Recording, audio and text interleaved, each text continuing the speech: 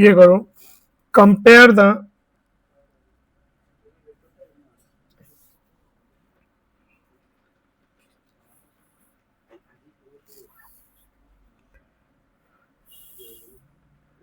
stabilities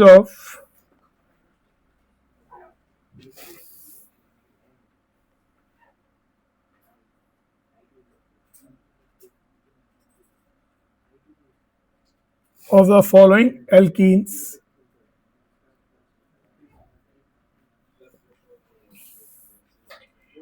in decreasing order.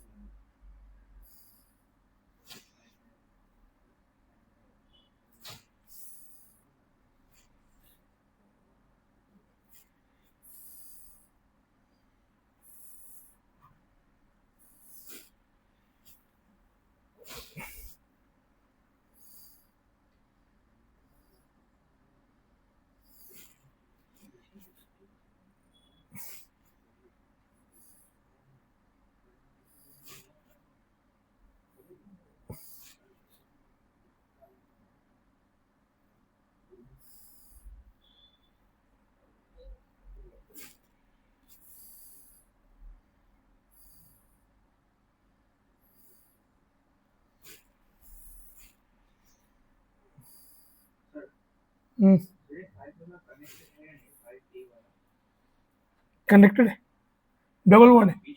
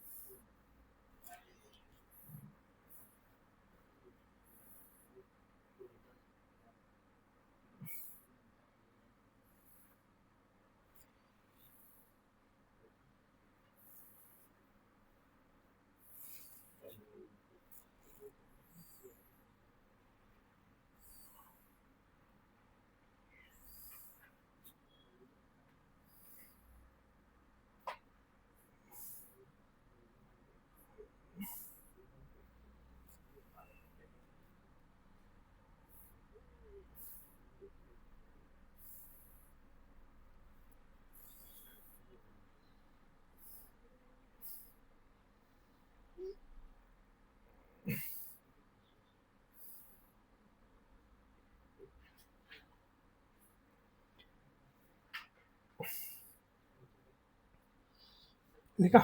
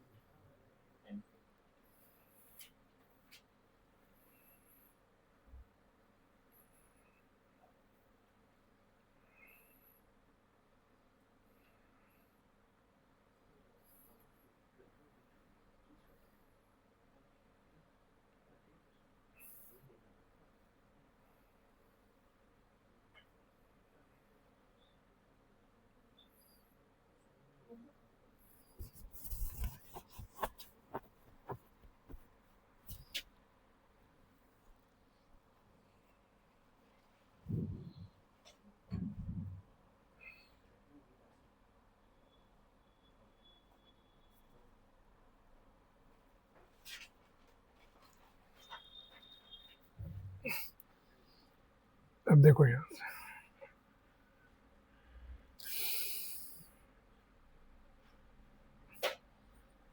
पहले first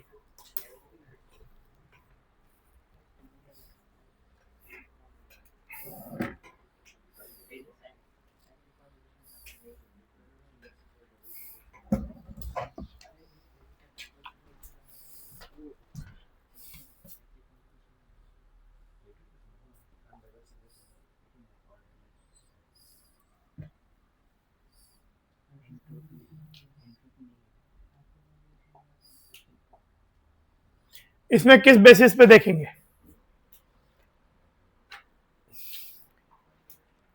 एक तो एल्किन्स की स्टेबिलिटी मेनली हाइपर कॉन्जुगेशन, अगर एक ही डबल बॉन्ड हो तो हाइपर कॉन्जुगेशन से देखेंगे। तो यहां पे ये डबल बॉन्ड के अक्रॉस ये कार्बन अल्फा कार्बन से, इस पे एक एच है, इस पे भी एक एच है, तो इसके हाइपर कॉन्जुगेटिंग स्ट्रक्चर्स दो ही होंगे। इसके हाइपर कॉन्जुगेशन 4 है, क्योंकि यहां 2 एच है, इस वाले अल्फा,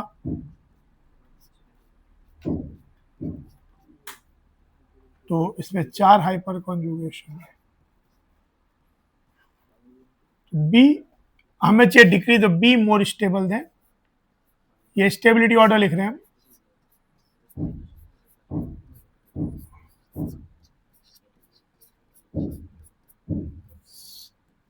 बी मोर देन ए।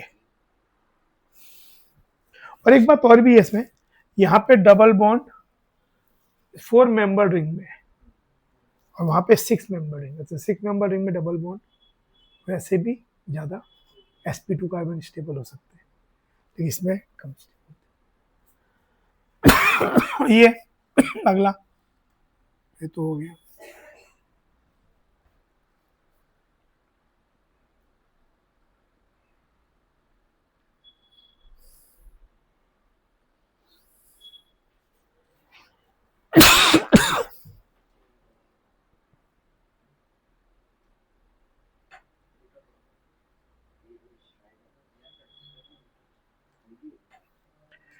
यहां पे देखो क्या है, इस वाले में कितने हाइपर कॉन्जुगेशन है, यहां CS3 है, ये CS3 है, ये CS2 है, ये सभी तो अल्फा कार्बन है इसके लिए, और सभी पे जो दो हाइड्रोजन 3 इसमें 10, इसमें 10 हाइपर कॉन्जुगेटिंग स्ट्रक्चर है ना। इस वाले में, अगले वाले में बताओ, सही काउंट बताओ कितना होगा।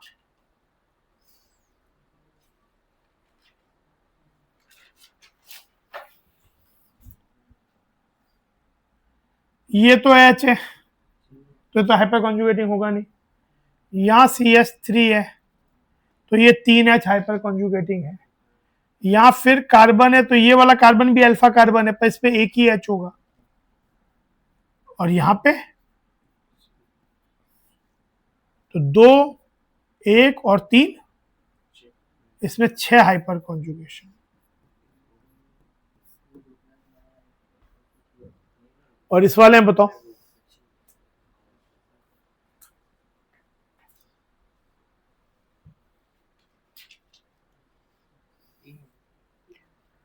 इसमें एक तो ये CS2 है, यहां तो एक भी नहीं है, इस वाले अल्फा कार्बन पे एक H है, तो ये होगा, और यहाँ पे जो 2 H है वो होंगे, है ना। 3 हाइपर कॉन्जुगेशन। क्लियर? तो स्टेबिलिटी ऑर्डर ए, डबल बॉन्ड की स्टेबिलिटी ज्यादा होगी, उतना उसका हीट ऑफ हाइड्रोजिनेशन अमाउंट कम होगा। जब इसे हाइड्रोजिनेट करेंगे तो जो जितना ज्यादा स्टेबल एल्कीन होगा उतना कम हीट लिबरेट करेगा, और जितना कम स्टेबल होगा उतना ज्यादा हीट लिबरेट करेगा। तो कोई इसका डेल्टा एच हाइड्रोजन का अमाउंट पूछे ऑर्डर, तो सबसे ज्यादा अमाउंट होगा सी का, जो लिबरेट होगा। ये बताओ,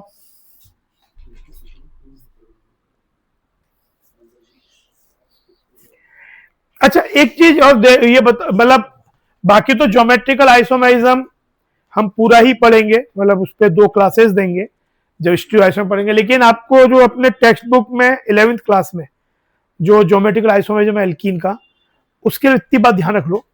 अगर अभी एग्जाम बचा है, हो गया है तो बात खत्म है, बचा है तो केवल मतलब एल्कीन का ही आपके उसमें है, उसमें भी एक ही डबल बॉन्ड, तो अगर C डबल बॉन्ड C ऐसा है, ज्योमेट्रिकल आइसोमरिज्म क्या होता है? It's a kind of stereo isomerism जिसमें कंपाउंड का स्ट्रक्चर नहीं बदलता है, लिंकिंग नहीं बदलती है, स्पेस अरेंजमेंट बदलता है। तो ऐसे अगर सी डबल बॉन्ड सी के अराउंड ये दोनों sp2 कार्बन है, अगर ये वाले ग्रुप सपोज एक्स और वाई हो तो ये दोनों ग्रुप डिफरेंट होने चाहिए। वो एटम्स भी हो सकते हैं या ग्रुप ऑफ एटम भी हो सकता है, और ये भी डिफरेंट होना चाहिए। ऐसा भी हो सकता है एक्स पर एक ऐसा पॉसिबिलिटी हो, तो इसमें ज्योमेट्रिकल आइसोमेरिज्म होगा। क्यों? क्योंकि जब आप एक कंपाउंड ऐसा बना सकते हो जो कि इस तरीके का होगा, लेकिन ये और एक बना सकते हो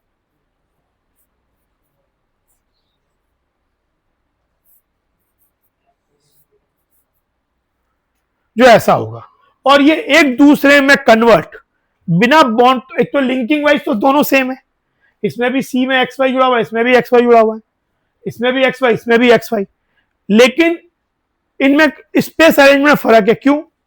अगर एक्स एक्स की डिस्टेंस देखो तो यहाँ एक्स एक्स की डिस्टेंस ज्यादा है, यहाँ एक्स की डिस्टेंस कम है, तो यानी ये स्पेस अरेंजमेंट में कुछ अलग है, और ये एक दूसरे में किस बिना कोई बॉन्ड तोड़े कन्वर्ट नहीं कर सकते। रूम टेम्परेचर ऐसा नहीं है, एक फॉर्म अगर आपने बना लिया तो खुद ही दूसरा फॉर्म अपने आप नहीं बन जाएगा।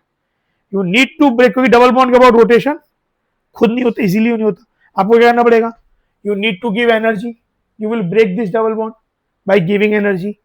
सिंगल हो जाएगा तब चीज रोटेट होगी और फिर से हीट लिबरेट हो गई तो फिर से बॉन्ड बन गया, बट बिना ब्रेक किए आप एक से दूसरा कन्वर्ट नहीं कर सकते। एक्चुअली इनको बोलते हैं कॉन्फ्यू, एक होता है कन्फॉर्मेशंस।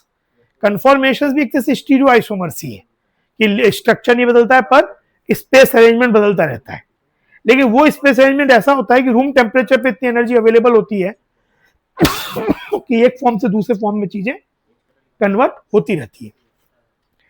जो ऑप्टिकल आइसोमर और ज्योमेट्रिकल आइसोमरिज्म है, ये उस तरीके का स्टीरियो आइसोमर है जिसमें उसको बोलते हैं कॉन्फिगरेशनल आइसोमर, कि लिंकिंग सेम है लेकिन इन दो कॉन्फ़िगरेशन को जो स्पेस में आप बिना कोई बॉन्ड तोड़े बदल नहीं सकते, एक से दूसरा बदल नहीं सकते।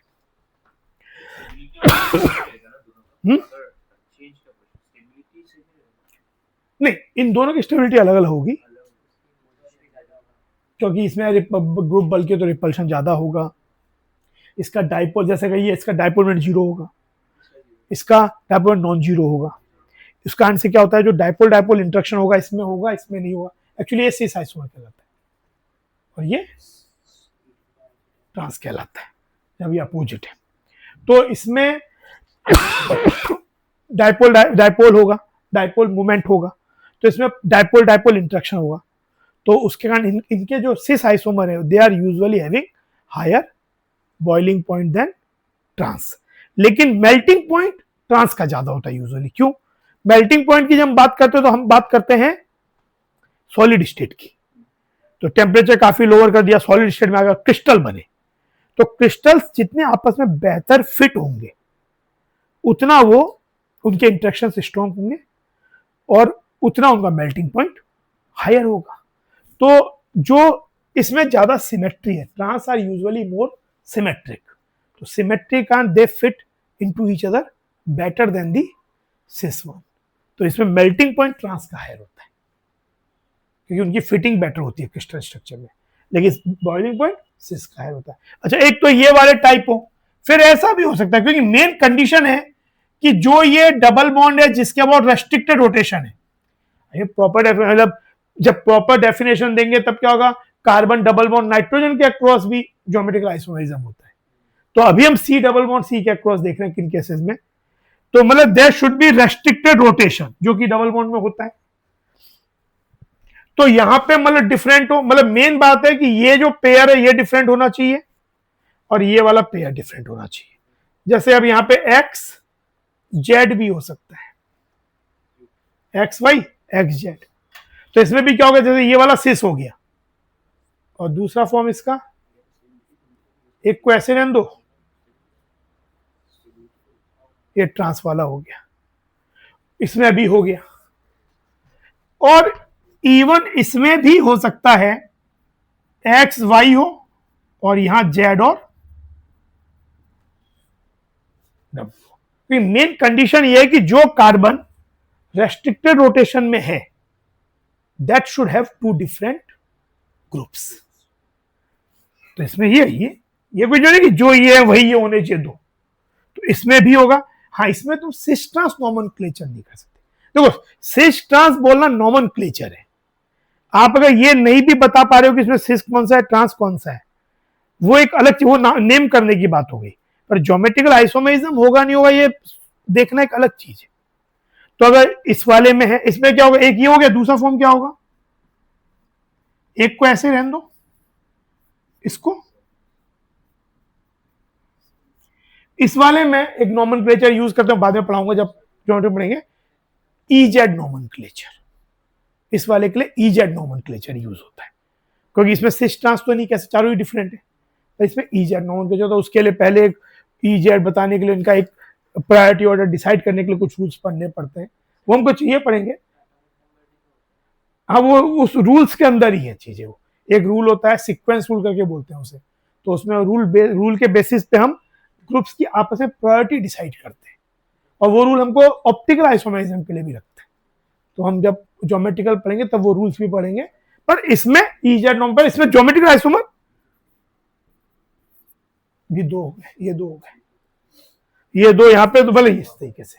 हाँ, लेकिन कोई कंपाउंड ऐसा हो कि ये एक्स एक्स सेम ग्रुप हो जाए और ये डिफरेंट भी रहे, तब भी इसमें ज्योमेट्रिकल आइसोमेरिज्म नहीं होगा। क्योंकि इसमें तो क्या होगा, मान लो इसको मैं उल्टा भी कर दूं तो क्या फर्क पड़ता है, कुछ फर्क तो आ ही नहीं ना। अगर एक पेयर सेम हो गया तो इसको ऐसे रखो या ऐसे उल्टा कर दो, क्या फर्क पड़ा, कुछ नहीं पड़ेगा, इसलिए ठीक है ना। तो ये चीज, तो ये आपका इतना ही आपके टेक्स्ट बुक में जो दिया हुआ एल्कीन्स के समय ज्योमेट्रिकल आइसोमेरिज्म, उसमें फिर 2-3 क्वेश्चंस भी दिए एग्जांपल, वो कर लेना, समझ में आ जाएंगे, इतना सा चीज है, ठीक है। तो ये मैंने संग में ही बता दिया, बाकी डिटेल्ड ज्योमेट्रिकल आइसोमेरिज्म वो हम आगे देखेंगे, मतलब इसमें और भी बहुत सी चीजें हैं। अच्छा, ये देखो, ये वाला देखो, आप इस कंपाउंड में पहले तो इसके अंदर भाई डबल बॉन्ड तो एक ही है, फॉर्मूला भी देखा जाए तो कंपाउंड का एक ही है। इसमें कितना हाइपर कॉन्जुगेशन है, इसमें 5 हाइपर कॉन्जुगेशन है,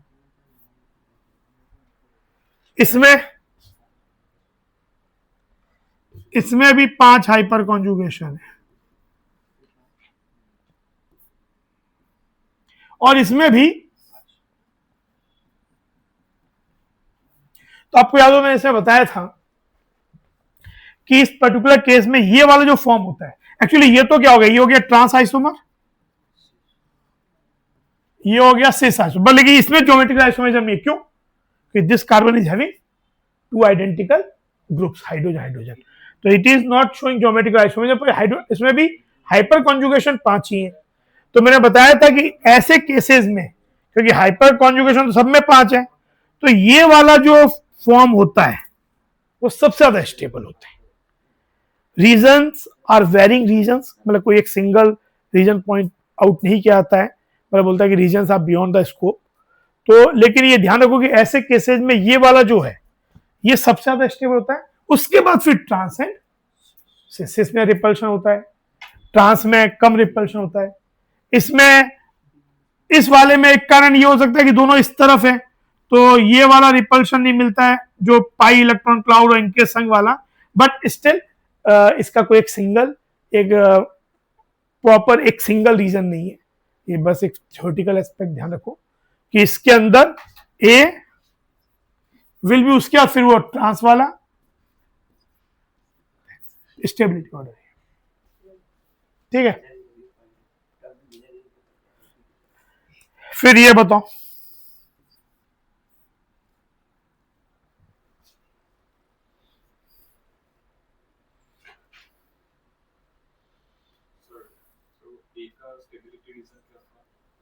ए का स्टेबिलिटी रीजन कुछ बस सीधा वो एक फैक्चुअल की तरह ध्यान रखो, मतलब इसके स्टेबिलिटी के कारण जो है वो मतलब बहुत से पॉइंट्स मिलके वो होता है, मतलब इसमें बुक्स में भी ये लिखा हुआ होता है कि इसके जो रीजंस हैं वो beyond the scope of class 12 है।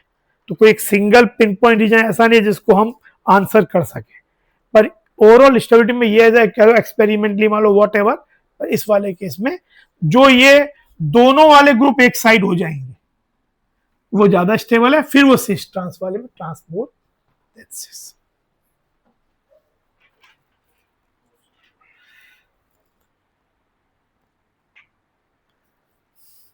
One hexene, two hexene, three hexene. देखो आपके पास CH3, CH2, CH2, CH2, ये हुआ वन हेक्सीन। इसमें कितना हाइपर कॉन्जुगेशन? दो हाइपर कॉन्जुगेशन। टू हेक्सीन में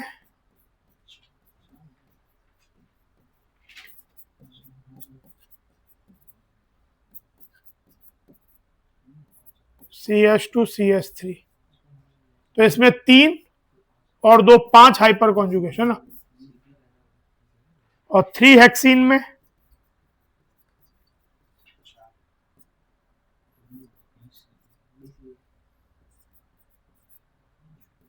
चार,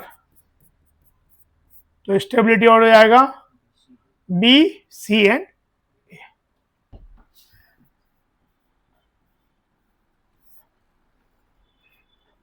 B है।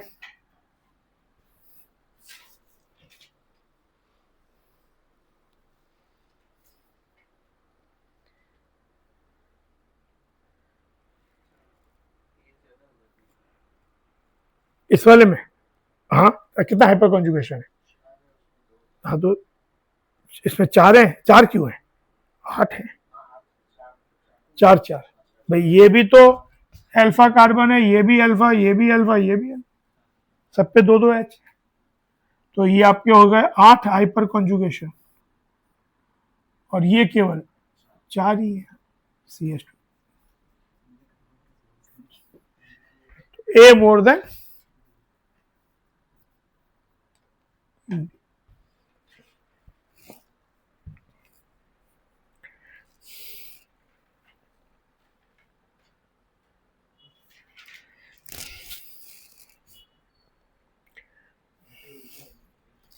इस वाले में क्या बेसिस होगा? इसमें भी ये ज्योमेट्रिक आइसोमेरिज्म होगा। ये कैसा हुआ? इसके about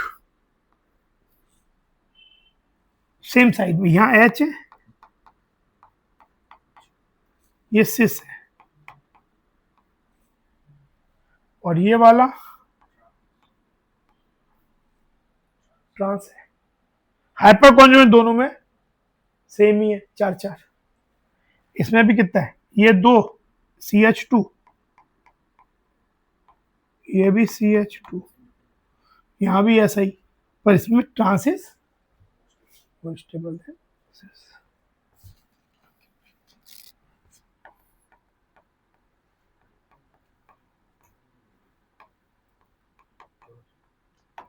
Hence B more than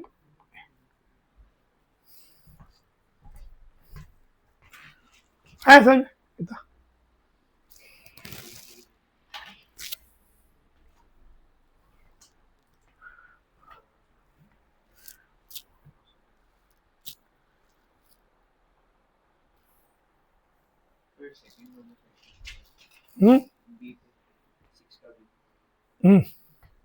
ये ट्रांस हुआ ना, अपोजिट साइड होगा ना, ये वाले, ये हाइड्रोजन यहाँ हो गया, यहाँ हो गया, इधर ये वाले ग्रुप एक साइड होगा तो रिपल्शन ज्यादा होगा ना, यहाँ पे दूर हो गए। ये आपका हुआ, ये तो डबल बॉन्ड हो गया, पर जो आपका ये है, ये वाला कार्बन इधर, ये इधर ट्रांस हो गया ना, ठीक है। इसको कर लिया तो मैं फिर इसको वो करूं,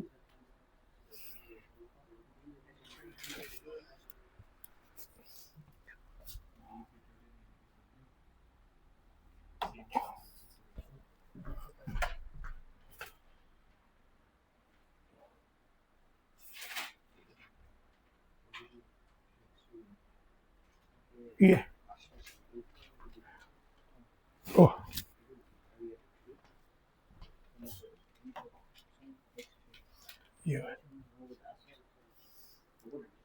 ये बताओ।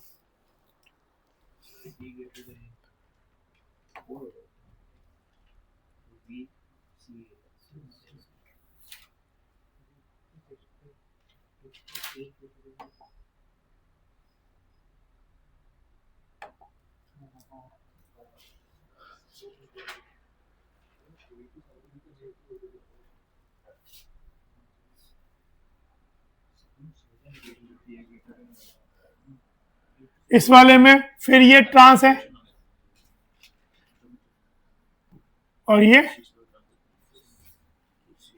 है ना, हाइपर दोनों में चार चार है, CH2, इसमें भी है CH2, तो हाइपर कॉन्जुगेशन तो चार चार ही है, पर ट्रांस मोर देन सिस तो बी,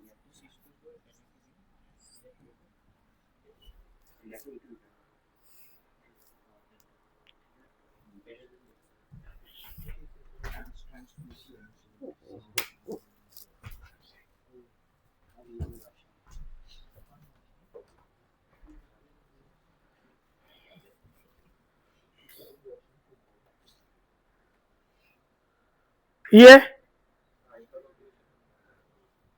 इसमें कितना होगा, दो दो तीन, सात हाइपर कॉन्जुगेशन, इस वाले में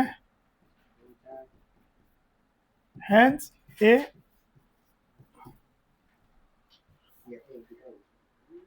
नाइन्थ वाले बता,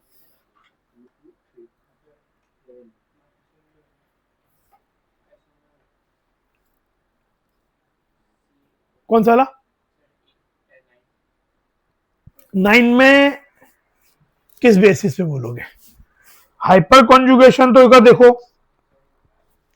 तो इसके दो चार हैं, उसके CH3 और उसके ज्यादा हैं, उसके भी कितने थे, चार ही दिख रहे हैं ऐसे, नहीं उसके पांच हैं, लेकिन यहां पे छोटा रिंग है और इसके अंदर एक ही sp2 है, तो यहां कोई एरोमेटिक और तो है नहीं, है ना, तो छोटे रिंग में जितने sp2 कार्बन कम हो उतना अच्छा, इसमें दो sp2 है छोटे रिंग में,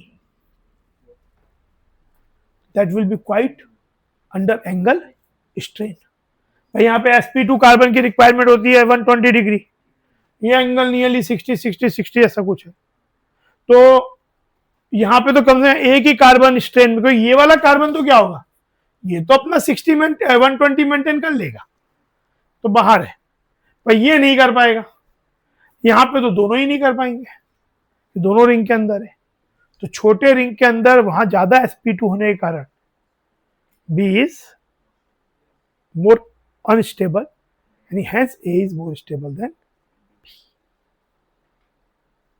समझ रहे ये चीज,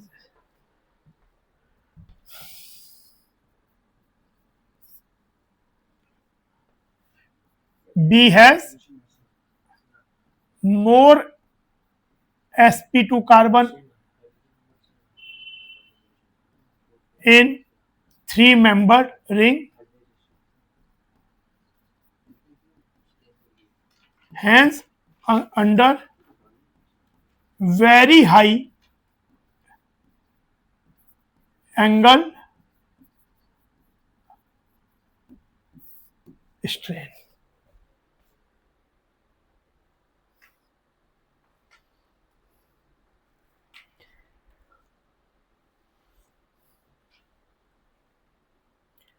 ये वाले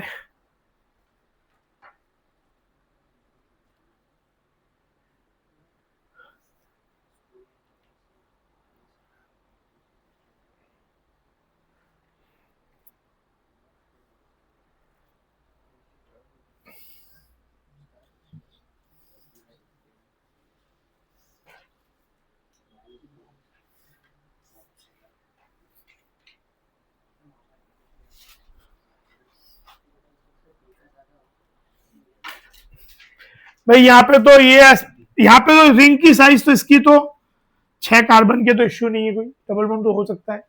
हाइपर CH3 के कारण 3।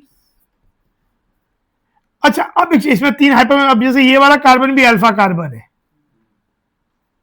पर ब्रिज हेड कार्बन जो होता है ना, अगेन वो हाइपर कॉन्जुगेटिंग नहीं होता। रीजन, जो कार्बन हाइपर कॉन्जुगेट, जैसे मान लो ये है, जब ये कार्बन हाइपर कॉन्जुगेशन में आता है तो यहां पे डबल बॉन्ड करेक्टरिस्टिक हो जाता है। तो अगर ये इसका H, इस वाले का H हाइपर कॉन्जुगेशन में आएगा तो यहां पे डबल बॉन्ड करेक्टरिस्टिक आना पड़ेगा ब्रिज हेड कार्बन पे। हमने पढ़ा है कि bridge head carbon unless until वो 8 या 8 से ज्यादा मेंबर ना हो उस रिंग में, तो डबल बॉन्ड ब्रिज हेड पे sp2 नहीं बनता। तो ये वाला जो ब्रिज हेड कार्बन है, it's H is not a hyper conjugating H। ये हाइपर कॉन्जुगेशन देने के बाद होता क्या है, ये वाला कार्बन जो है अल्फा कार्बन, ये डबल बॉन्ड कैरेक्टरिस्टिक अटेन कर लेता है जब आप हाइपर कॉन्जुगेटेड स्ट्रक्चर बनाते हो, और यहां नो बॉन्ड बन जाता है। पर यहां पे तो ये डबल बॉन्ड अटेन करने की पॉसिबिलिटी में नहीं है ना ब्रिज हेड होने का। भाई अगर ये ब्रिज हेड, हमने पढ़ा एक बात कि ब्रिज हेड कार्बन जो होते हैं वो sp2 कार्बन नहीं होते हैं। sp2 कार्बन, क्योंकि sp2 कार्बन की रिक्वायरमेंट होती है प्लेनरिटी, और ब्रिज हेड कार्बन प्लेनर नहीं हो पाता है। तो ब्रिज हेड पे sp2 या C+ बोलो, कार्बोटाइन भी नहीं बनता और C डबल बॉन्ड भी नहीं बनता। C डबल बॉन्ड भी ये होता है sp2। तो जब ये हाइपर कॉन्जुगेशन करेगा तो उसको तो डबल बॉन्ड कैरेक्टरिस्टिक लेना पड़ेगा ना, तो वो नहीं ले पाएगा। तो जो आपका ब्रिज हेड पे हाइड्रोजन है वो हाइपर कॉन्जुगेटिंग H नहीं हो पाता है।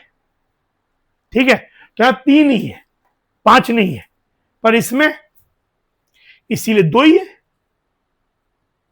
केवल ये वाले, इसमें भी ये नहीं है, तो इसमें 2, इसमें 3 है, तो ultimately still P is more stable then A।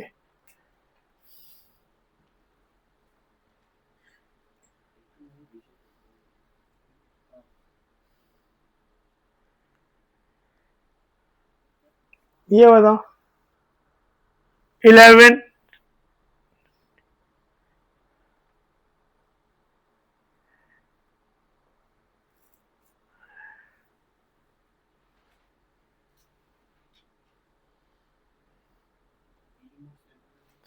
भाई बी में कितने हाइपर कॉन्जुगेशन है, CH3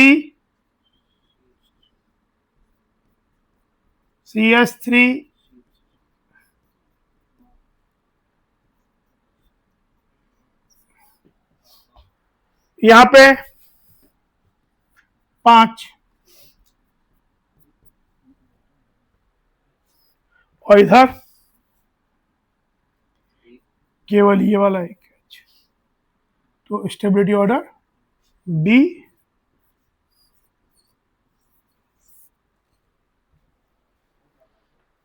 ठीक है।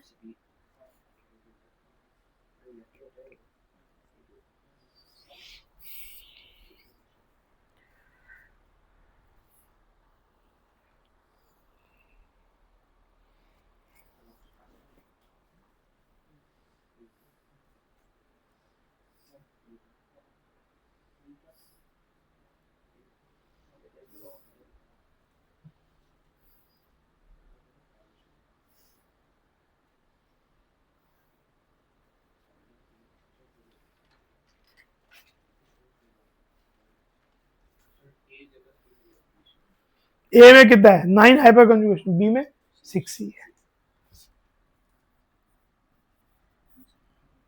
ये वाला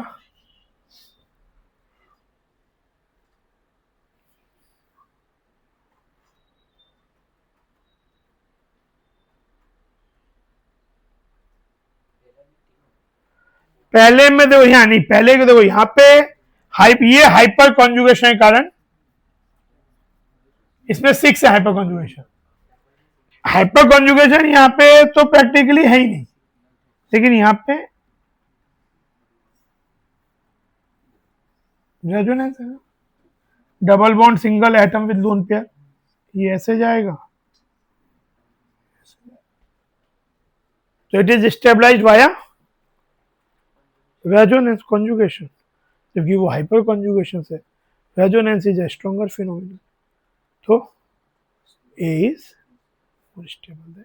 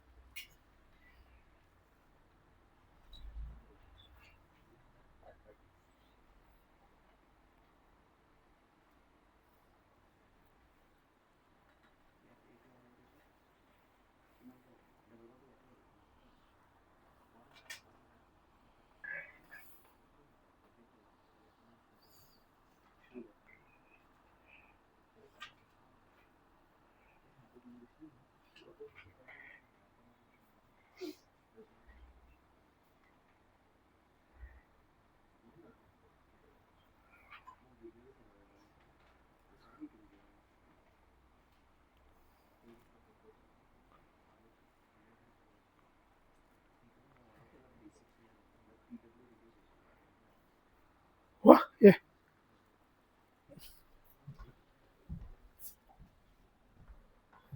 अगला question.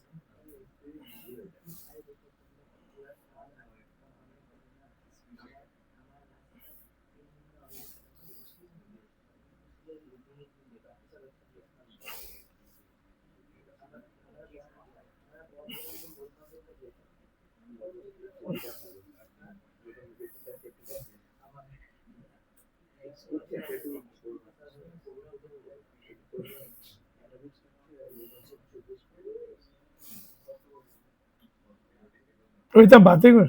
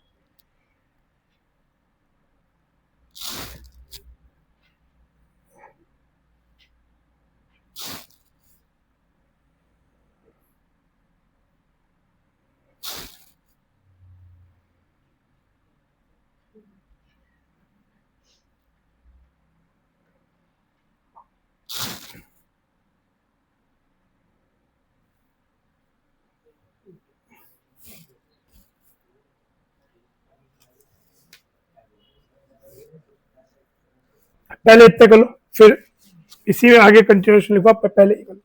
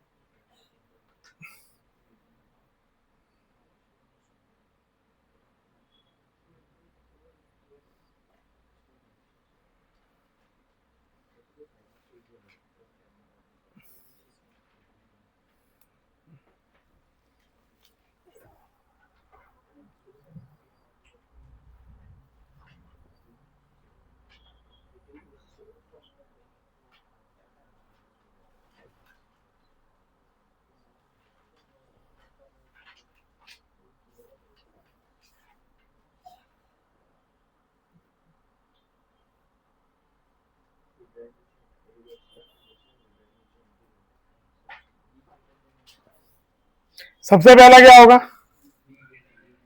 On the basis of hyper conjugation. भाई एक तो डिग्री पर डिग्री से बहुत ज्यादा, तो वो क्या होता है, इंडक्टिव इफेक्ट से तो ज्यादा स्ट्रॉन्ग इफेक्ट हाइपर कॉन्जुगेशन। तो इसके अंदर क्या है, इस वाले में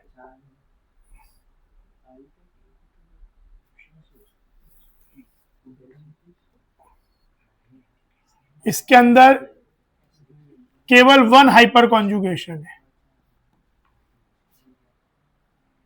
इस वाले में पहले ये 1 डिग्री भी है, ये 3 डिग्री है, यही अपने आप में काफी सिग्निफिकेंट है, अनलेस एंटिल वहां पे कोई रेजोनेंस या फिर एरोमेटिस ऐसी कोई चीज ना हो, तो यही अपने आप में, पर फिर भी वैसा कुछ तो है नहीं।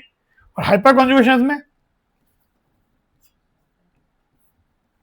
ये वाले कार्बन पे 3H हाइपर कॉन्जुगेटिंग है, इस पे 2H जो है वो हाइपर कॉन्जुगेटिंग है ना। कार्बोकेटाइन में कौन सा वाला, जो अल्फा कार्बन ये होता है, और उस पे जो H होता है वो अल्फा हाइड्रो होता है, हाइपर कॉन्जुगेटिंग। और इसमें क्या होता है, ये ऐसे चला जाता है तो यहां डबल बॉन्ड बन जाता है और ये H प्लस बन जाता है ना। ये तो इसमें तो आंसर हो गया पहले का, तो बी मोर देन ए। इसमें ये 2 डिग्री है, पहली बात तो 2 कार्बन से घिरा हुआ है, और संग में 4 हाइपर कॉन्जो CH2 ये 2 डिग्री है सी, और यहां भी सी है, लेकिन मेन बात है ये कॉन्जुगेटेड है, ये इधर चला गया तो डबल बॉन्ड यहां प्लस आ जाएगा, तो बी मोर देन। थर्ड,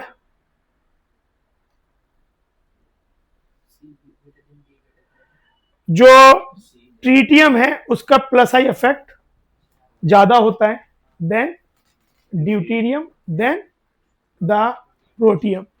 तो यहां पे आपके पास जो पॉजिटिव चार्ज है कार्बोकेटाइन का, वो ग्रुप के प्लस आई इफेक्ट से स्टेबलाइज हो सकता है, क्योंकि जितना चार्ज डिस्पर्स होता है उतनी स्टेबिलिटी बढ़ती है। तो पॉजिटिव चार्ज को अगर कोई इलेक्ट्रॉन रिलीजिंग ग्रुप है तो वो क्या करेगा, उसको कम करेगा इलेक्ट्रॉन देके। तो यहाँ पे टी सबसे ज्यादा बेटर प्लस आई है, तो यहाँ पे सी, बी और ए इस केस में इसका आंसर। अगला वाला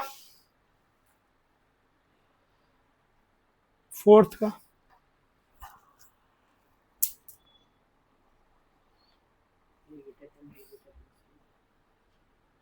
क्यों?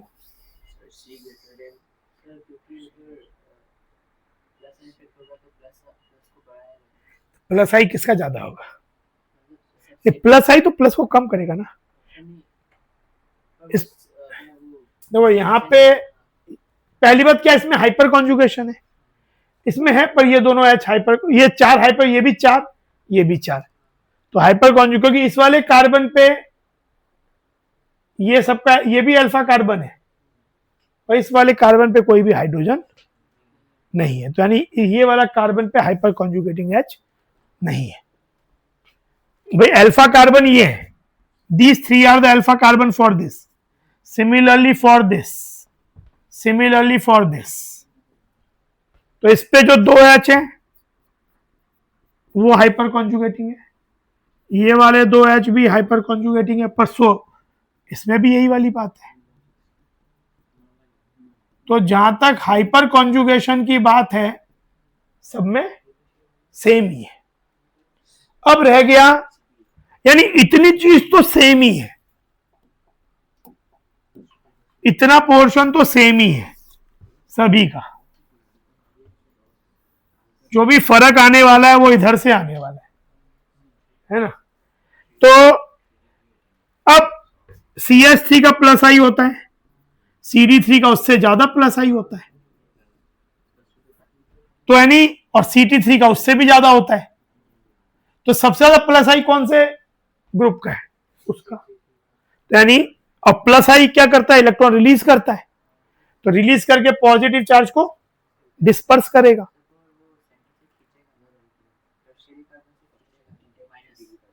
खींचेगा क्यों? इस वाले का नहीं, आप इसको अभी तो देखो, इस वाले पे सब पे प्लस प्लस प्लस है, विड्रॉ तो सबसे करेगा। तो हम तो नॉर्मली जब कार्बोकैटायन देखते हैं तो बाकी ग्रुप का इफेक्ट उस पर देख रहे हैं ना, जैसे जब हम लोग CH3 देखते थे, आइसोप्रोपाइल, टर्शीब्यूटाइल, कैसे देखते थे कि बाकी ग्रुप का उस पर कैसे अफेक्ट पड़ रहा है। तो यहाँ पे आप क्या बोलोगे कि ये एक ग्रुप हो गया, ये दूसरा ग्रुप हो गया, ये तीसरा हो गया, मान लो G1, G2, G3, सबसे ज्यादा प्लस आई किसका है? इस वाले ग्रुप का, तो सबसे ज्यादा उसको डिस्पर्स वही करेगा। तो C, P और A। फिफ्थ बताओ, इसमें रीजन है प्लस आई इफेक्ट, इसमें रीजन है, इसमें रीजन प्लस आई इफेक्ट है, इस वाले में भी प्लस आई इफेक्ट ही रीजन था, stronger plus I, more stable. हाँ, यहाँ सब जगह 3 डिग्री कार्बन है, हाँ वो भी सब 3 डिग्री। तो फिर हम लोग को पता है, मतलब मैंने कैसे सोचा वो कि ट्यूटोरियम मतलब सबसे ज्यादा स्टेबल है, तो हिसाब से उसका स्ट्रक्चर सबसे ज्यादा स्टेबल होना चाहिए। नहीं, वो सोच, मतलब अपन यहाँ पे वो प्लस आई इफेक्ट वाली बात दिमाग में आनी चाहिए। 5 में क्या है? देखो 5 में सब 3 डिग्री है, जहां तक प्लस आई इफेक्ट की बात है CT3 का सबसे ज्यादा है, प्लस आई के हिसाब से ये ज्यादा होना चाहिए, लेकिन यहां पे हाइपर कॉन्जुगेशन, ये जो हाइड्रोजन है ये अल्फा कार्बन है, तो ये अच्छा हाइपर कॉन्जुगेटिंग है, तो hyper conjugation will have a larger से, क्योंकि वो स्ट्रॉन्गर इफेक्ट है। और hyper conjugating H, hyper conjugation में बेहतर कौन होता है? CH is a weaker bond. Hyper conjugation क्या होता है? वो सिग्मा इलेक्ट्रॉन्स टूटते हैं ना, नो बॉन्ड, तो यानी CH का हाइपर कॉन्जुगेशन बेहतर होता है देन CD, क्योंकि CH is weaker then CD, weaker then CT। तो हाइपर कॉन्जुगेशन जब बात आएगी तो CH का हाइपर कॉन्जुगेशन ज्यादा अच्छा होता है than carbon deuterium, than carbon tritium. तो यहां पे क्योंकि हाइपर कॉन्जुगेशन, इसके यहां पे 9 हाइपर कॉन्जुगेशन है, इसका भी 9 है, इसका भी 9 है, लेकिन इसके 9 CT वाले, इसके 9 ट्रिटियम है, ड्यूटियम इसका है, प्रोटियम है, तो प्रोटियम बेहतर होता है। तो यहां पे आंसर A,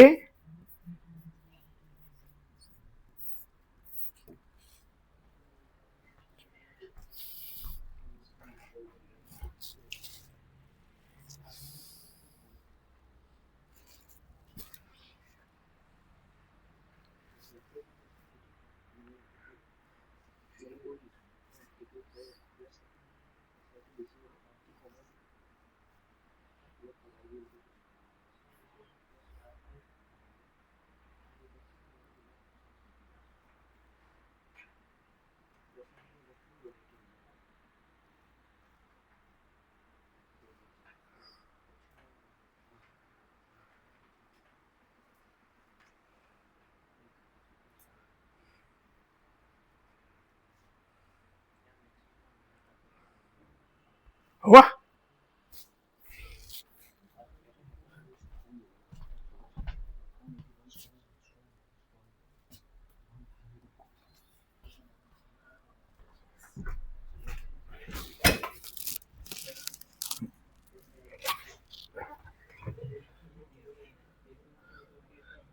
आगे देखो 6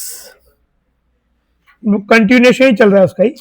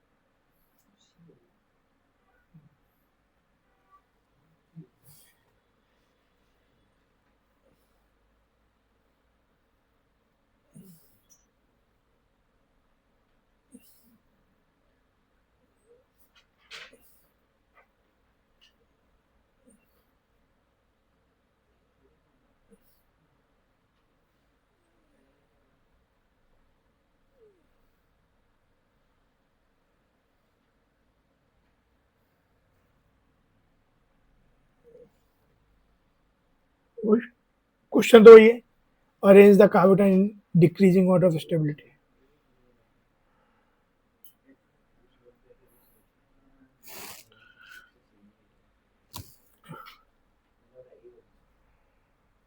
पहले वाले में क्या होगा,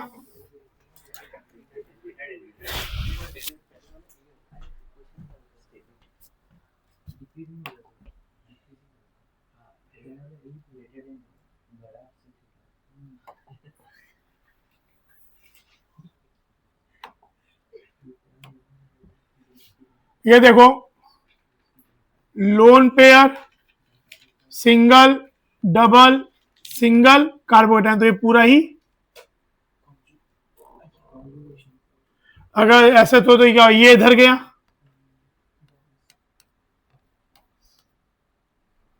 तो ये आपका डबल बॉन्ड बन गया, यहां प्लस आया और ये लोन पे इधर गया तो यहां भी डबल बॉन्ड बन गया और इस एंड पे प्लस आ गया, इस तरीके का। तो ये यहां तक है, पर इसमें कॉन्जुगेशन केवल यहीं तक है, लेंथ कम है। तो ए more than B.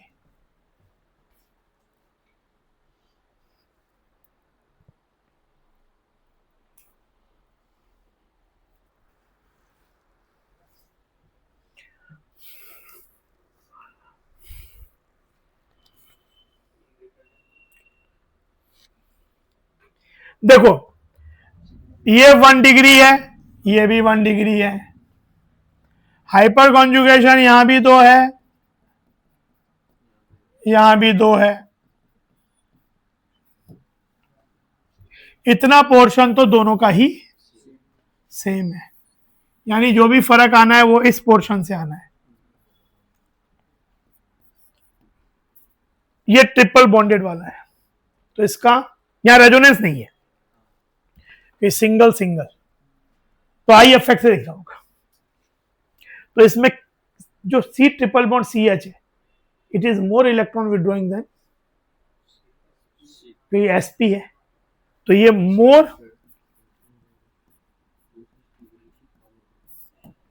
More minus I compare to this. तो माइनस आई क्या करता है, कार्बोडाइन को और प्लस बढ़ाएगा खींच के इलेक्ट्रॉन, तो डिस्टेबल करेगा। तो यानी B is more stable then.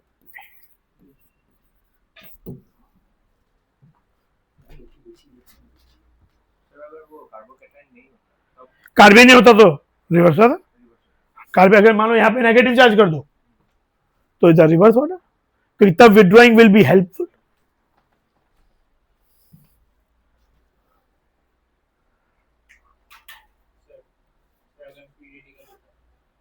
Free radical में भी विड्रॉइंग ग्रुप डिस्टेबलाइज करते हैं, क्योंकि आपके बेसिकली क्या हुआ, free radical are unstable because of the deficiency, तो विड्रॉल क्या करेंगे और डेफिशिएंट करते हैं।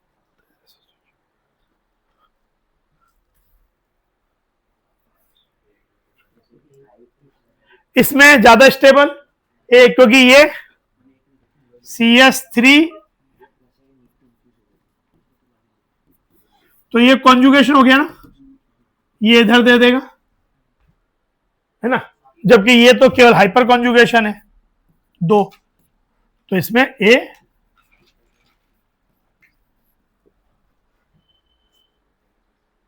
अगला वाला,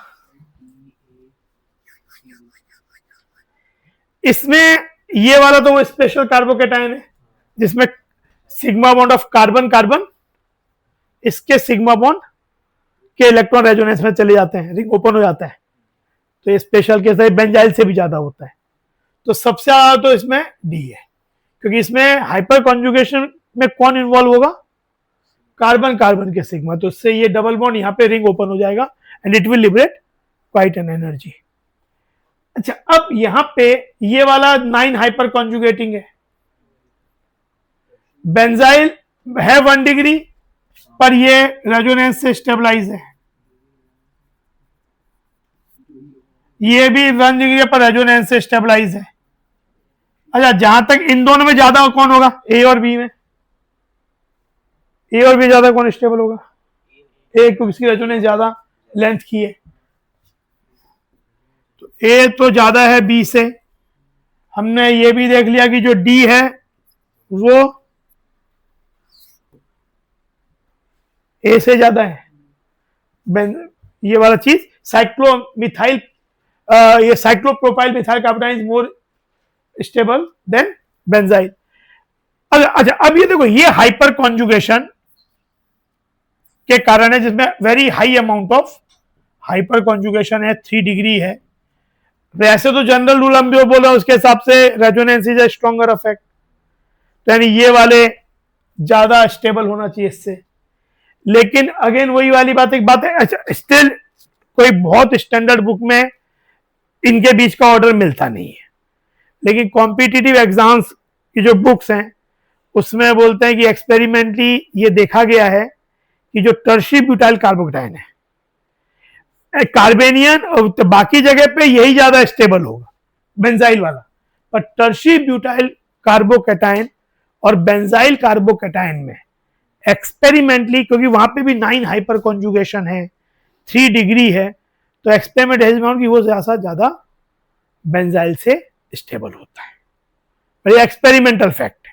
नॉर्मली रेजोनेंस को हम ज्यादा तरजीह देते हैं देन हाइपर कॉन्जुगेशन, लेकिन वही वाली बात है कि कोई ऐसे नंबर्स तो अटैच है नहीं। एक हमारा ऑब्जर्वेशन है कि resonance being a stronger effect ज्यादा इफेक्ट देता है, लेकिन अब हाइपर कॉन्जुगेशन का एक्सटेंट बहुत हाई हो जाए तो समटाइम्स इट में सरपास द इफेक्ट, मतलब ऐसी कोई, मतलब क्योंकि हमने कोई मैथ्स का वैल्यू तो दिया हुआ नहीं है किसी को, तो एक्सपेरिमेंटली ये बोला गया है कि, और अगेन कोई ऐसा नहीं कि बहुत स्टैंडर्ड बुक में कोई इस बात का खुलासा किया गया है कि ये ज्यादा स्टेबल, लेकिन कॉम्पिटिटिव बुक्स में बस दिया हुआ होता है कि ये वाला जो चीज है उससे ये ज्यादा स्टेबल होता है।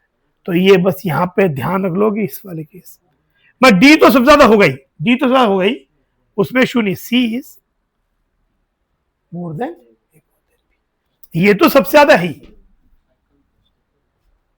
ये तो एक्चुअली ये दोनों बहुत ही क्लोज है, और ये तो इससे काफी ज्यादा होता है, तो ये तो है ही, लेकिन ये वाला इससे यहाँ पे ज्यादा हो। सर मुझे वो वाला समझ नहीं आया। कौन सा? सर मतलब सी में तो ये भी 3 डिग्री कार्बोकैटायन है ना सर, डी में लाइक रेजोनेंस के फिर ज्यादा कैसे हुआ?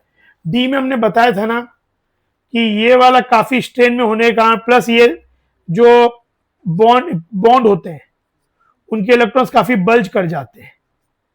ये मैंने एक अलग से एक्सेप्शन, मतलब ये स्पेशल कार्बन के केस में बताया था।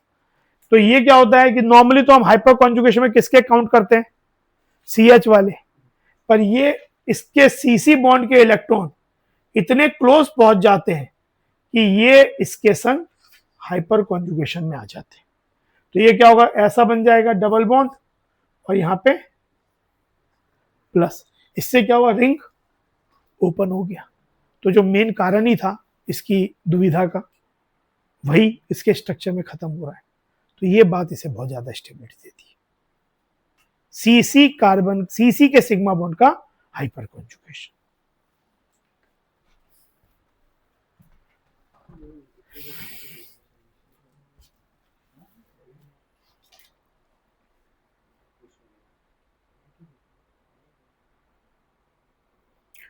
लास्ट वाला क्या होगा,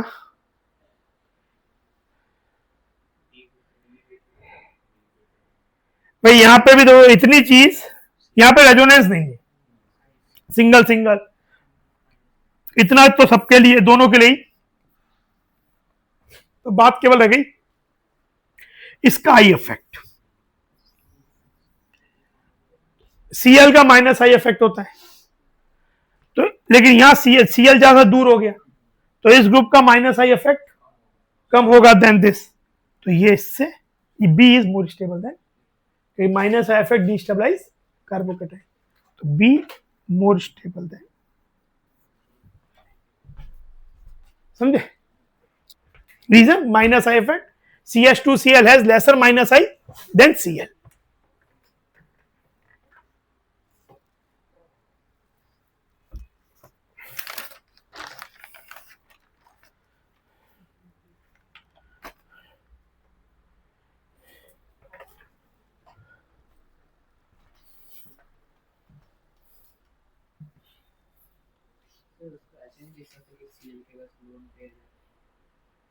रेजोनेंस तो Cl में नहीं है ना, ये CH2 प्लस तो Cl के संग रेजोनेंस में नहीं है, तो रेजोनेंस में नहीं तो इसके लोन पेयर का तुमको कुछ फर्क नहीं पड़ा।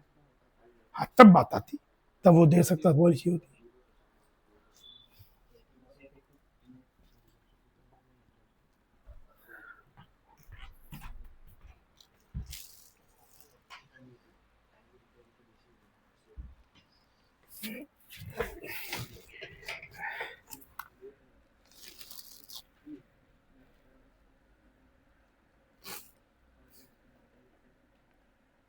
Compare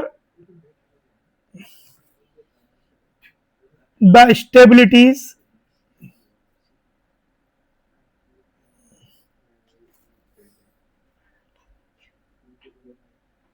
of the following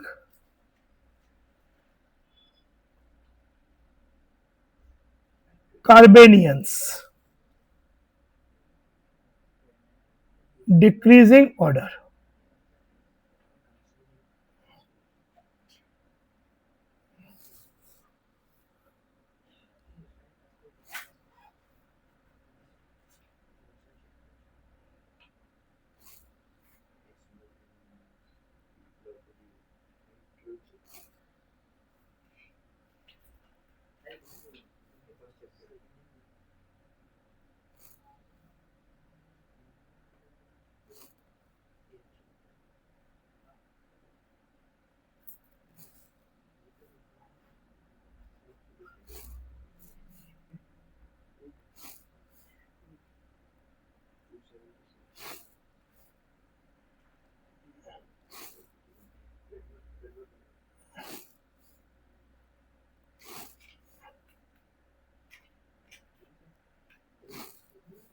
sir अब पुराना वाला जो ये बुक है इसमें हाइड्रोजन बोल के एक चैप्टर है, हाइड्रोजन बोल के भी है, एस ब्लॉक बोल के भी है, पी ब्लॉक भी है, 13।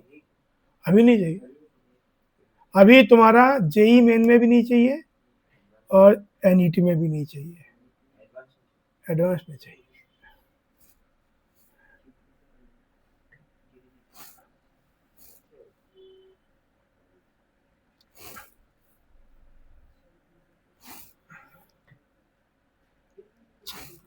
और जितना जेई मेन में सब वही चैप्टर पढ़ लो। और एस और पी, एस ब्लॉक भी, पी ब्लॉक भी, इसमें पी ब्लॉक में केवल जेई मेन में ये लिखा है general properties of P block element. जब तुम चैप्टर देखो, पुराने चैप्टर्स देखोगे ना, तो क्या होता है उसमें पहले जनरल डिस्कशन किया हुआ होता है, उसके बाद कंपाउंड्स आते हैं, मतलब कंपाउंड, इनके कंपाउंड्स के डिस्कशन होते हैं। तो जनरल डिस्कशन जो है वहां तक पढ़ना है। उसका जो जैसे कंपाउंड, आप जैसे हम लोग मान लो क्लोरीन हेलोजन फैमिली पढ़ रहे हैं, तो उसमें जनरल ट्रेंड या हेलोजन्स के बारे में, कल क्लोरीन के बारे में बोला, अलग बात है। पर जैसी कंपाउंड्स के बारे में डिस्कशन है उसको छोड़ देना है।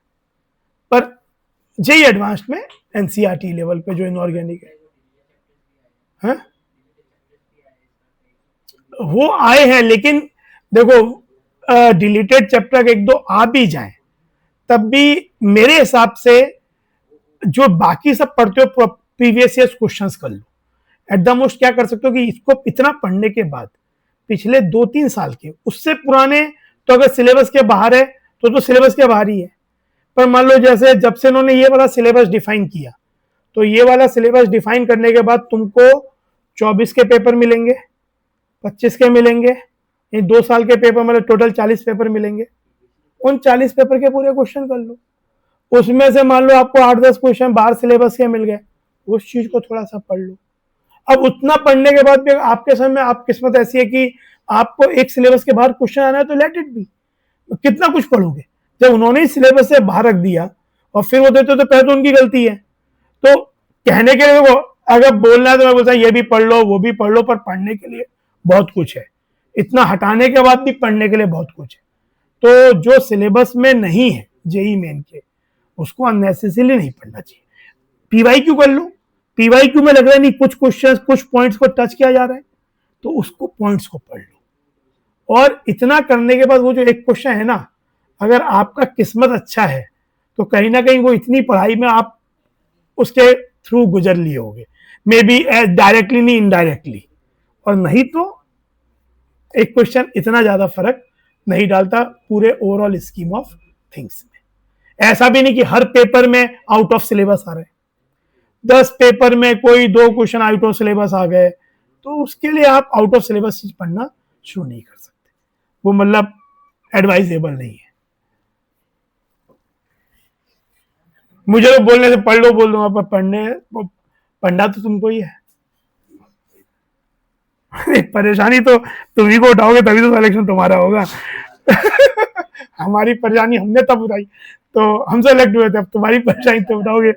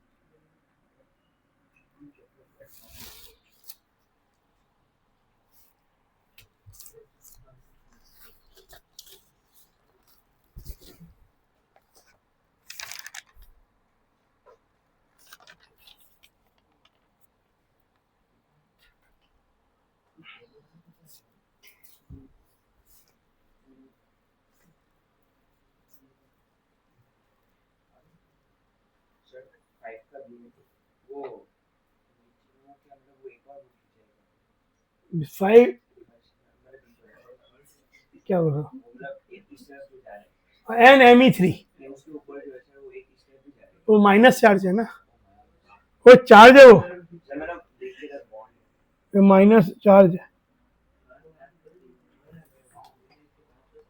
ठीक है, अब सही है।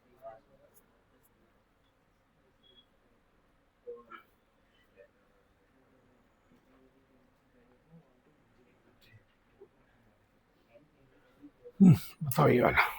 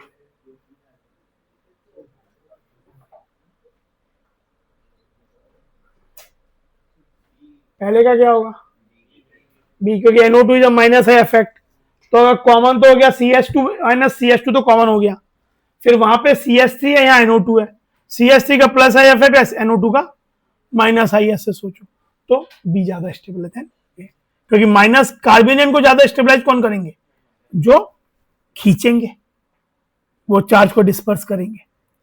तो यहाँ पे इतना तो कॉमन हो गया।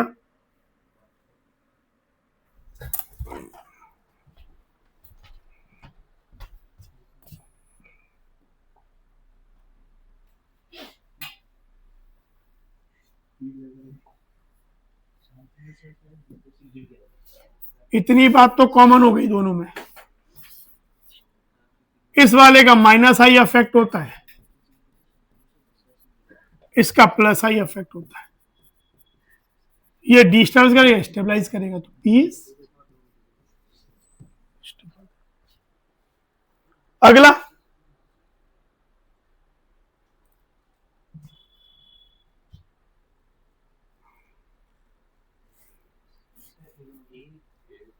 इसमें देखो, minus single double single CO bond, तो ये जैसे ये इधर गया तो ये यहां गया तो ये इधर गया, तो पूरा लीनियर कॉन्जुगेशन है। इधर ये कॉन्जुगेशन में है कितना, ये इधर गया ये इधर गया, या फिर ये कॉन्जुगेशन में, पर ये क्रॉस कॉन्जुगेशन है, पर लीनियर से ज्यादा स्टेबिलिटी मिली क्योंकि वो एक पूरा सीक्वेंस बनता है, क्योंकि उसे जब ये मिल रहा तो फिर ये वाला नहीं मिल पा रहा ना। ये ऐसे सोचो कि ये इधर गया तो ये प्लस आया, तो इस माइनस, ये माइनस उम्मीद करके बैठा है भाई पूरा पूरा प्लस मुझे ही मिलेगा इसका, पर यहां पे इसने भी अपना अननेसेसरी वो कर दिया। तो ऐसा हो गया जैसे ये इधर गया, मतलब ये इससे दिक्कत की नुकसान क्या हो रहा है भाई, हमको स्टेबलाइज करना था ये माइनस, तो ये माइनस को सीओ स्टेबलाइज करे। उसका मतलब क्या हुआ कि सीओ का जब ओ पे माइनस जाए तो जो सी पे प्लस आए वो इस सी माइनस के संग डबल बॉन्ड बनाए, यानी ये चीज बने ओ माइनस, ऐसी हो जाए चीज। पर प्रॉब्लम क्या है कि जब ये वाला ओ माइनस बना और यहां सी प्लस बना, तो ये जो डबल बॉन्ड है ये भी अपनी टांग अड़ा देगा बीच में कि भाई इधर ये भी तो कॉन्जुगेशन में, तो ये क्या बन जाए डबल बॉन्ड, इधर प्लस हो गया, तो इसको तो नुकसान हो गया ना, इसको तो मतलब इसके साथ अननेसेसरी कंपीट करना पड़ रहा है, जबकि अकेला इसको क्या है, इस चीज का जो भी फायदा है वो डायरेक्टली इस पे सीधे इसी पे पहुंच रहा है, इसके थ्रू पहुंच रहा है, पर पहुंच तो इसी पे रहा है, रुक तो नहीं रहा। यहां तो अगर ये इन्वॉल्व हो गया तो इसको मिला ही नहीं, ये होने से तो उसको मिला ही नहीं इसका चीज, क्रॉस कॉन्जुगेशन उसको नुकसान हुआ, मतलब दो चीजों में डिवाइड हो रही है चीज, यहां पे पूरा चीज एक ही तरफ जा रहा है। तो हेंस ए बात समझ में आई?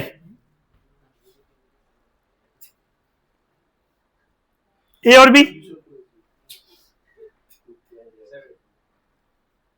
थर्ड में ए में ओ माइनस सिंगल डबल ये पूरा चीज कॉन्जुगेशन में, यहां से लेके यहां तो ये कॉन्जुगेशन में ही नहीं है, लीनियर तो दूर की बात है, सिंगल फिर ये भी सिंगल, तो ये तो किसी के संग ये आपस में रेजोनेंस में है, वैसे हमको क्या कहने लगा स्टेबल तो उसको कहना था, तो रेजोनेंस में ही नहीं है किसी के साथ, है ना, ये तो रेजोनेंस में नहीं है, दो सिंगल बॉन्ड आ गए और यहां भी दो सिंगल हो गए, ये तो ए यहां पे ऐसा होगा, ये इधर गया ये इधर आया ये इधर आया ये इधर आया, तो ये वाला माइनस ये भी लेने को तैयार है, तो वो माइनस सिंगल -1 चार्ज दो ऑक्सीजन पे डिवाइड हो जाएगा।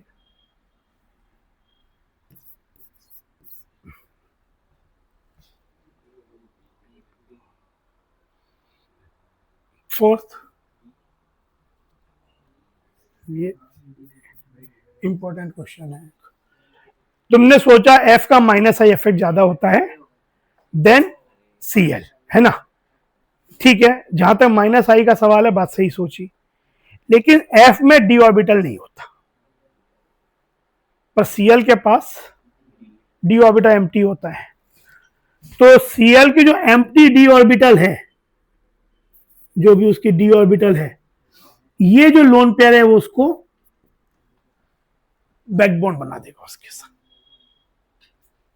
सी माइन लोन पेयर को, यहां पे केवल -i इफेक्ट है एट वर्क, क्योंकि ये सी जो लोन पेयर है, F does not have any empty orbital to take that lone pair, लेकिन यहां पे क्या होगा, इसका 3p पाई इलेक्ट्रॉन्स जो ये लोन पेयर में, और ये 3d पाई, तो 3p पाई 3d पाई बैकबोन बन जाएगा, तो एक बॉन्ड ही बन जाएगा, तो it will provide more stability.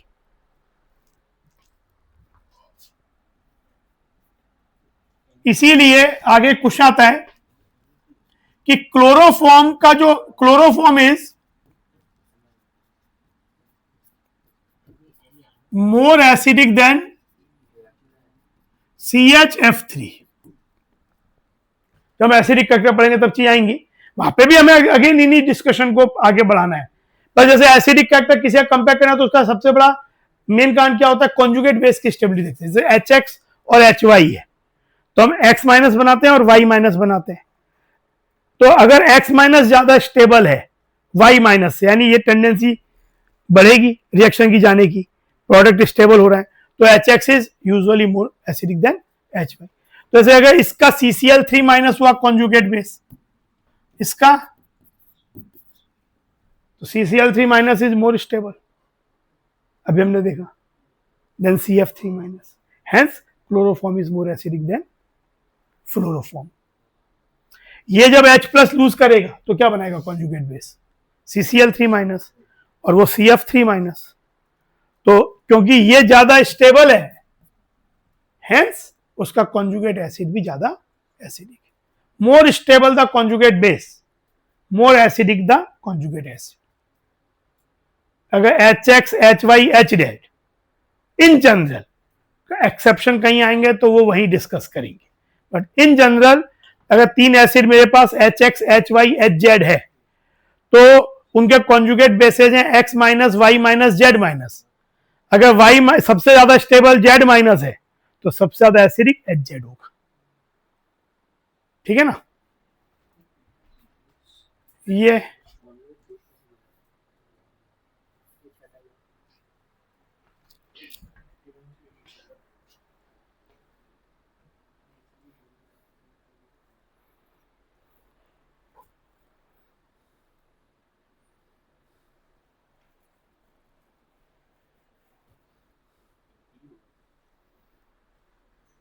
सबसे ज्यादा, इसमें इतना पोर्शन तो सभी में कॉमन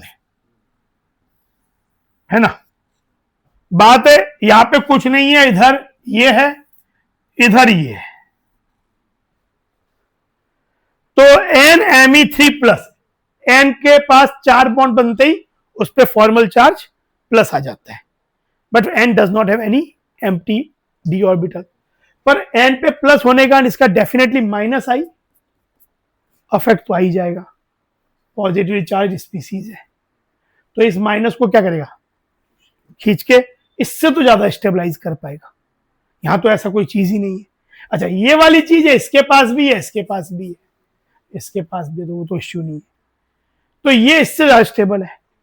P वाले का ये भी माइनस आई इफेक्ट है, लेकिन यहां पे d ऑर्बिटल भी है इसके पास, तो ये अपना लोन पेयर 3D में दे सकता है।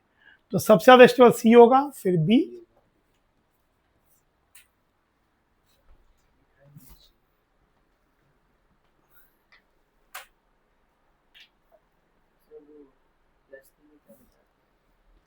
प्लस P में माइनस आई इफेक्ट तो इसका भी होगा, इनफैक्ट N का और ज्यादा ही होगा, लेकिन इसके पास 3D है, तो 3D एम्प्टी ऑर्बिटल है इसका P के पास, तो ये जो C माइनस है अपना लोन पेयर इसको दे देगा, तो उसे पाई बॉन्ड, वो तो एक बॉन्ड ही बन जाएगा, मतलब तो रेजोनेंस हो गया एक तरह से, कॉन्जुगेशन हो गया एम्प्टी ऑर्बिटल के संग लोन पेयर। 6 का भी कारण सेम ही है, सल्फर हैज डी, ऑक्सीजन का माइनस आई ज्यादा है पर डी नहीं है, तो इसमें भी ये इनके बीच में ये वाला पी पाई डी पाई बॉन्ड बनेगा, ए इज मोर स्टेबल है।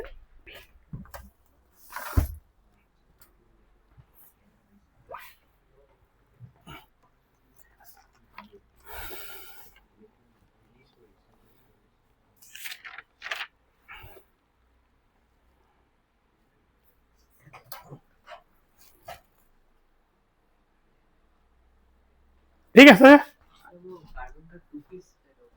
हाँ कार्बन का, ओह बिल्कुल 2p पाई, 2p पाई, ये 2p पाई 2 में होगा ना, Cl 3d पाई, ये तो 2p pi.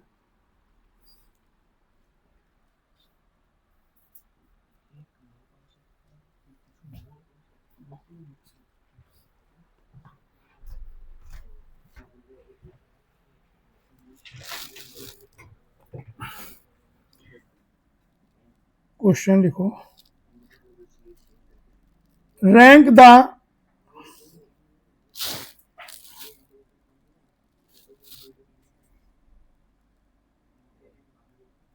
following alkenes in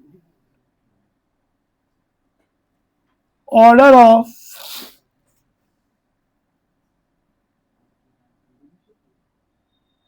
increasing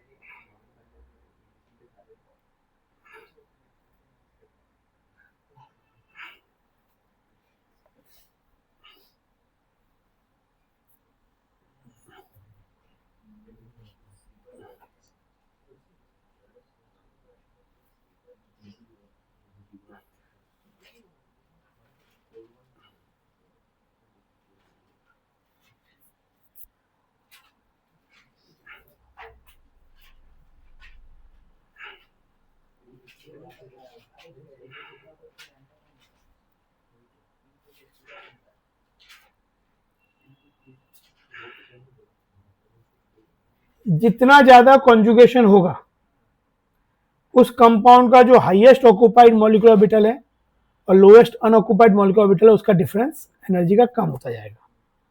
तो जो वेवलेंथ जो एनर्जी एब्जॉर्ब होगी वो कम होती जाएगी। एनर्जी कम होना मतलब वेवलेंथ बढ़ना hc/λ। तो यानी जितना ज्यादा कॉन्जुगेशन होता है कंपाउंड विजिबल रीजन से उतना लॉन्गर वेवलेंथ ऑब्जर्व एब्जॉर्ब करता है और जितना लॉन्गर वेवलेंथ एब्जॉर्ब होगा उसका कॉम्प्लीमेंट्री कलर उतना डीप होता है। इसीलिए जो ऑर्गेनिक डाइज होती है उन आगे जब हम देखेंगे कुछ ऑर्गेनिक मतलब अमाइंस पढ़ते समय जो डाइज आती हैं तो विल सी कि उसमें बहुत ज़्यादा एक्सटेंडेड कॉन्जुगेशन होता है, दो बेंजीनिंग भी आपस में जुड़ी हुई है कॉन्जुगेशन से, तो उनमें क्या होगा, इतना ज़्यादा कॉन्जुगेशन क्या होगा कि लॉन्गर वेवलेंथ एब्जॉर्ब होंगी, उनके कलर जो दिखेंगे वो डीप कलर दिखेंगे। पर यहाँ पे तो क्या हो गया, इसमें सबसे ज्यादा लेंथ किसकी है, इसकी, फिर ये इतना ही है और ये तो यही है, तो सबसे लॉन्गर वेवलेंथ किसका होगा,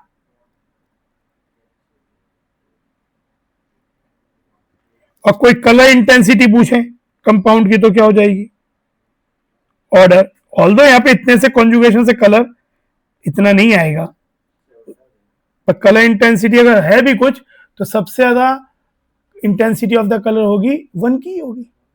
जितना लॉन्गर वेवलेंथ एब्जॉर्ब होगा उसका कॉम्प्लीमेंट्री कलर उतना डीप होता है।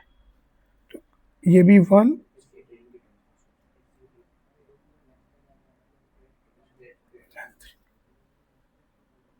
ठीक है।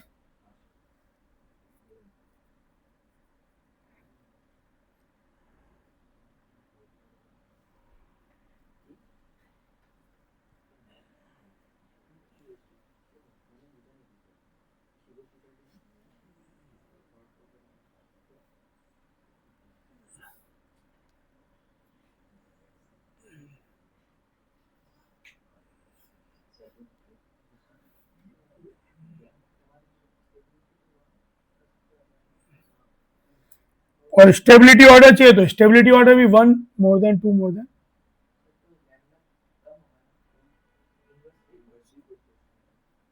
नहीं, सबसे पहले जितना ज्यादा कॉन्जुगेशन होगा उतना उनका जो हाईएस्ट ऑक्यूपाइड होमो और ल्यूमो का डिफरेंस कम हो जाएगा, तो जो लाइट एब्जॉर्ब करेंगे, कलर का कारण क्या होता है, जो विजिबल लाइट पड़ती है कंपाउंड पे उसका वो कुछ पोर्शन एब्जॉर्ब कर लेते हैं।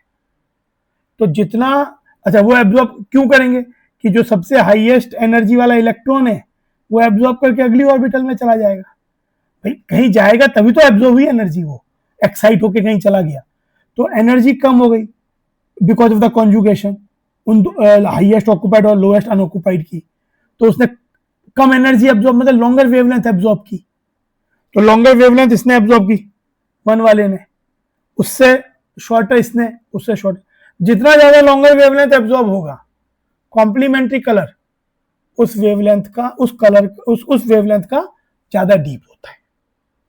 लॉन्गर वेवलेंथ एब्जॉर्ब होने पे कंपाउंड क्या करेगा, लॉन्गर को एब्जॉर्ब कर लिया, बाकी बचे को ट्रांसमिट कर दिया या रिफ्लेक्ट कर दिया, तो वो जो बाकी बचा वो कलर हमें दिखेगा, उसे बोलते हैं कॉम्प्लीमेंट्री कलर, कि जो निकाल के बच गया।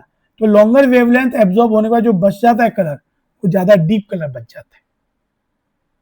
तो यानी कलर की इंटेंसिटी भी यहाँ पे इसी ऑर्डर की आएगी। हाँ, स्टेबिलिटी का ऑर्डर तो कॉन्जुगेशन से देखते हैं, वो एक अलग एस्पेक्ट है, पर स्टेबिलिटी का order one more than two more than three, असल में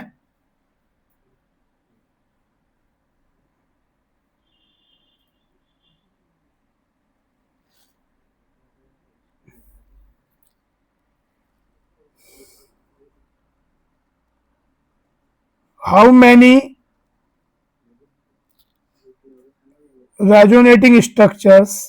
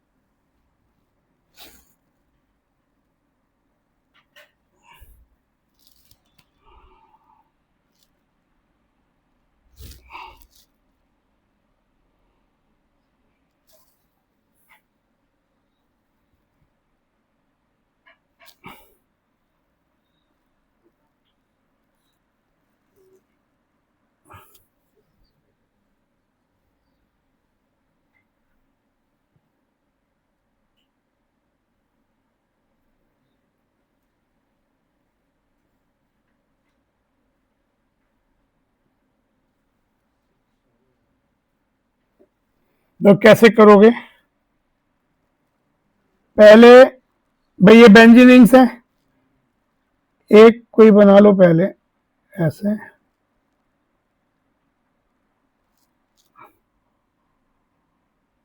ठीक है, एक ये बना लिया पहला इस तरह से, ऐसे डबल सिंगल डबल सिंगल फिर डबल, इस तरह से आपका बने। नेप्थलीन रिंग पे O माइनस है जो, एक्चुअली नेप्थलीन में ये अगर नेप्थलीन रिंग है ना, तो नेप्थलीन रिंग की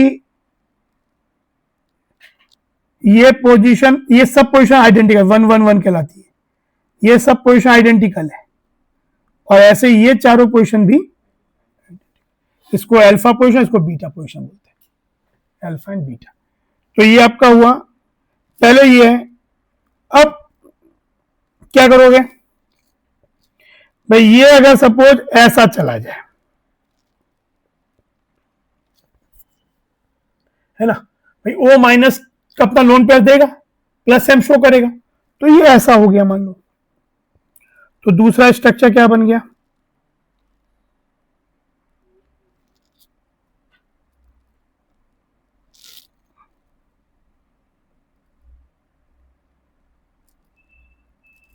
ये बन गया, है ना, एक स्ट्रक्चर ये बन गया। अब ये वाला इसके संग कॉन्जुगेशन में ये इधर गया, तो क्या बना,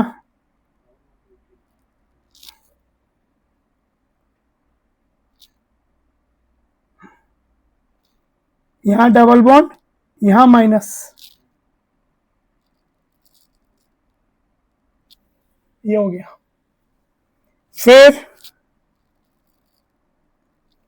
ये इधर आ गया,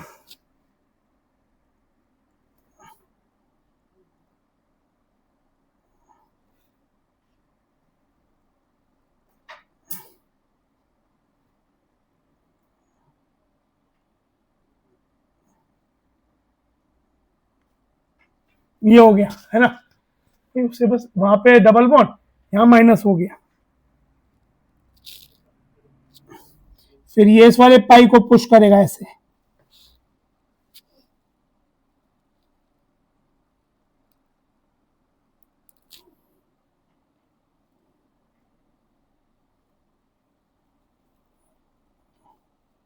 तो यहां माइनस बना,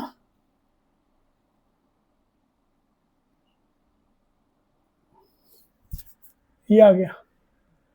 अब हम दो राहे पे आ गए, ये वाला जो अब है, यहां पे जो माइनस आ गया, ये इसके संग भी कॉन्जुगेशन में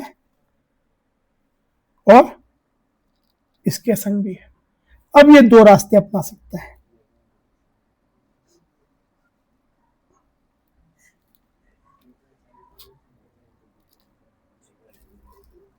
मान लो पहले ये इस वाले पे गया,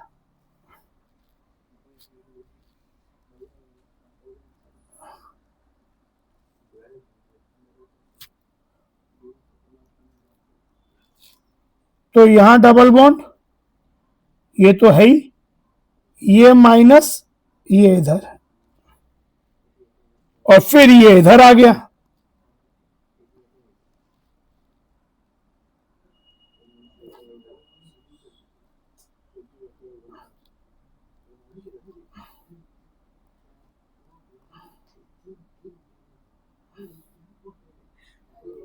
O माइनस,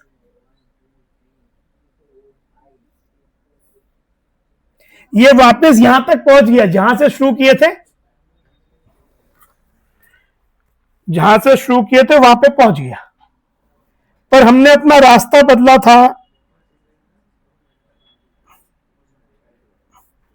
इधर हमने रास्ता बदला था, दो रास्ते थे, एक रास्ता वो लिया था ग्रीन वाला, पर यहां पे ये रास्ता भी तो हम ले सकते थे, है ना। यहाँ पे ग्रीन की जगह ये रास्ता भी तो ले सकते थे।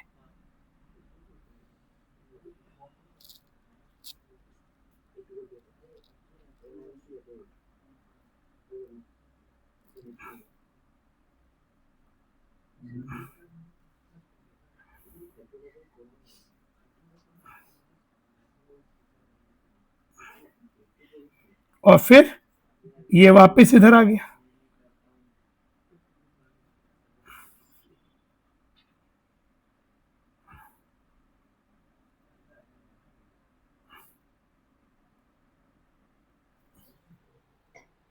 वो पैनल से फिर खत्म हो गया।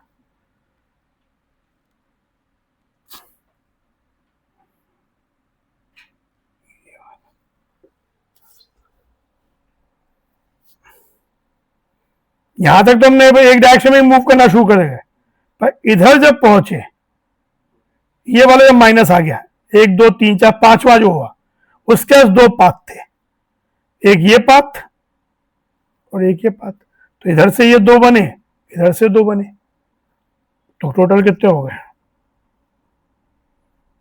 9 हो गए। दिस कंपाउंड हैज 9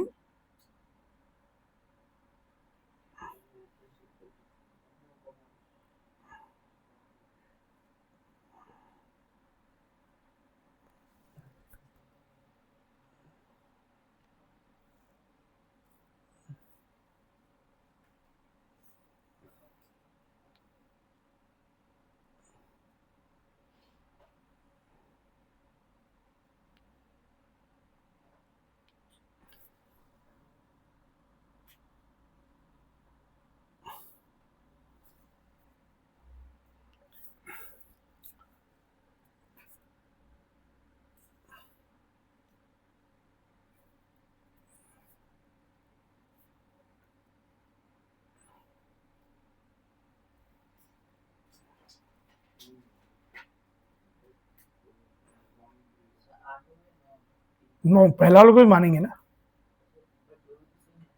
कौन से कहां से बॉन्ड्स की पोजीशन अलग होगी?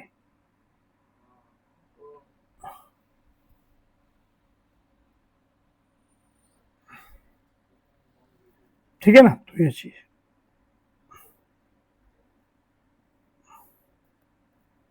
तो ये आपका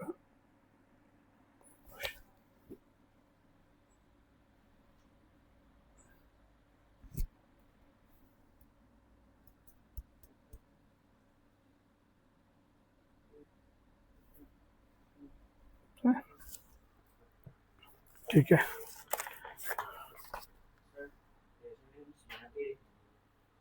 हाँ, ऐसा फॉर्मूला तो नहीं है। ये आया हुआ, ये जेई एडवांस में आया हुआ है क्वेश्चन। एक्चुअली क्वेश्चन डायरेक्टली ऐसा है, तो क्वेश्चन ये था कि जो बीटा नेप्थोल होता है, इसको बीटा नेप्थोल, ये नेप्थलीन में अल्कोहल हो गया ना, इससे अगर NaOH से रिएक्ट करते हैं तो जो प्रोडक्ट बनता है, ऑर्गेनिक प्रोडक्ट, उसके कितने रेजोनेटिव स्ट्रक्चर है।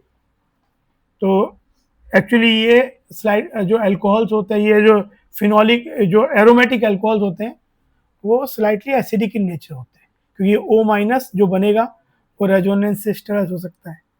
तो पहले इनके बीच में रिएक्शन हो जाएगी ये वाली,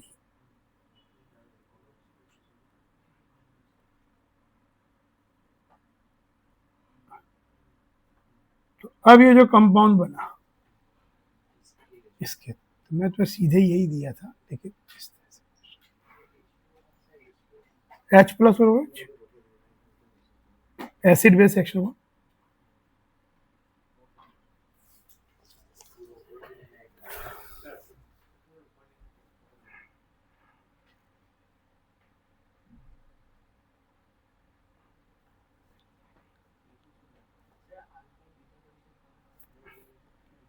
इसमें जो नेप्थलीन है,